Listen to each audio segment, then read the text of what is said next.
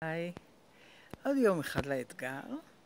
מצאתי את עצמי שהמקום, אחד המקומות האהובים עליי לצלם, הוא באמת בגינה שלי. אז קודם כל אני אראה לכם שיש משהו חדש שנולד אצלי בגינה.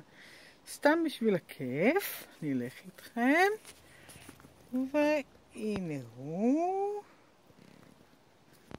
עכשיו נחזור אליי.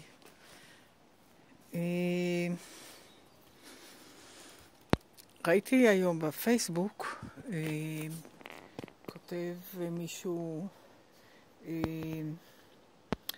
אל תחפור אם אתה לא מתכוון לשתול שם משהו.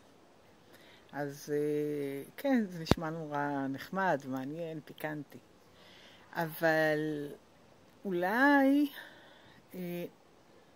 לא, נחפור לא במובן של לבדוק מה היה שם, אלא באמת להגיע למקום הכי נקי שאנחנו, ולא לשתול כלום. כל רגע, כל 10 שניות נבחר מחדש מה יופיע שם ומה יזוז הלאה. והיקום יראה לנו מה כדאי להכניס לשם. אנחנו או שנקשיב לו או שלא נקשיב לו. אבל חפירה במובן של לנקות, פשוט לנקות ולהגיע למקור. ואז כל מה שיהיה יהיה נכון לנו. רק לבחור. ביי, באתגר של היום הבא.